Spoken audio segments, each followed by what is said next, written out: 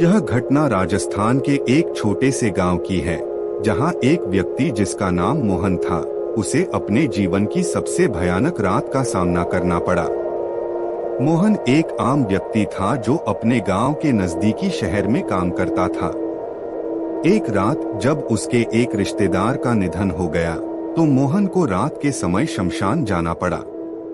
गांव में मान्यता थी कि शमशान में रात को जाने से पहले कुछ सावधानियां बरतनी चाहिए, जैसे कि जूते चप्पल नहीं पहनने चाहिए, क्योंकि ऐसा कहा जाता है कि शमशान में आत्माएं विचरण करती हैं और वे उन लोगों को परेशान करती हैं जो शमशान में अनुचित आचरण करते हैं।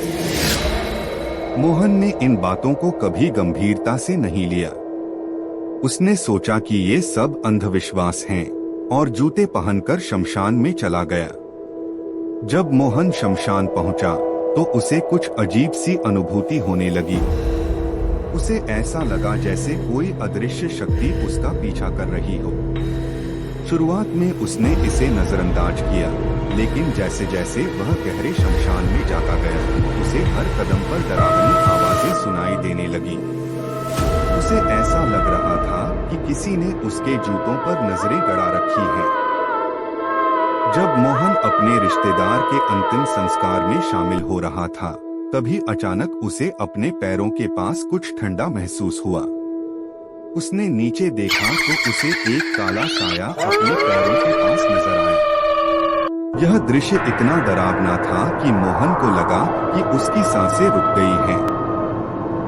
वह वहां से भागने की कोशिश करने लगा, लेकिन उसके पैर जैसे जमीन में जकड़ गए थे।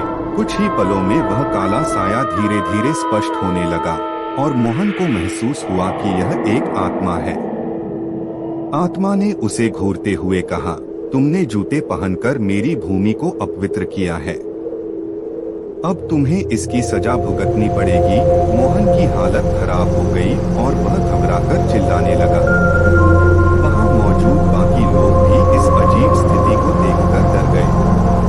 तभी वहां के बुजुर्गों ने मोहन को शांत करने की कोशिश की और शमशान में मौजूद आत्मा से क्षमा मांगने के लिए कहा। बुजुर्गों ने मोहन के जूतों को तुरंत उतार दिया और उसे मिट्टी से शुद्ध किया। इसके बाद उन्होंने वहां के रीति रिवाजों के अनुसार पूजा की और आत्मा को शांत करने के लिए प्रार्थना की। आत्मा धीरे धीरे वहां से चली गई, लेकिन मोहन के चेहरे पर डर और पछतावा साफ झलक रहा था।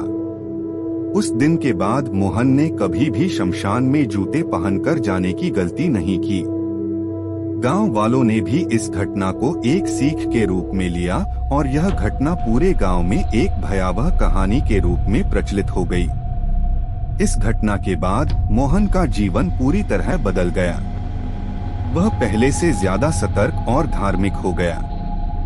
गांव में लोग उसे इस घटना के बाद भयभीत मोहन के नाम से पुकारने लगे।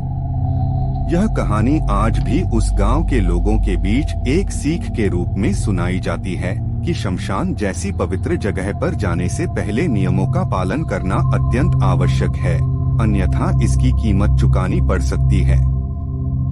इस घटना ने यह सिद्ध कर दिया कि हमारे पूर्वजों द्वारा बनाए गए नियम और रिवाज सिर्फ अंधविश्वास नहीं हैं, बल्कि उनके पीछे कुछ गहरे अर्थ और कारण होते हैं, जिन्हें नजरअंदाज नहीं करना चाहिए।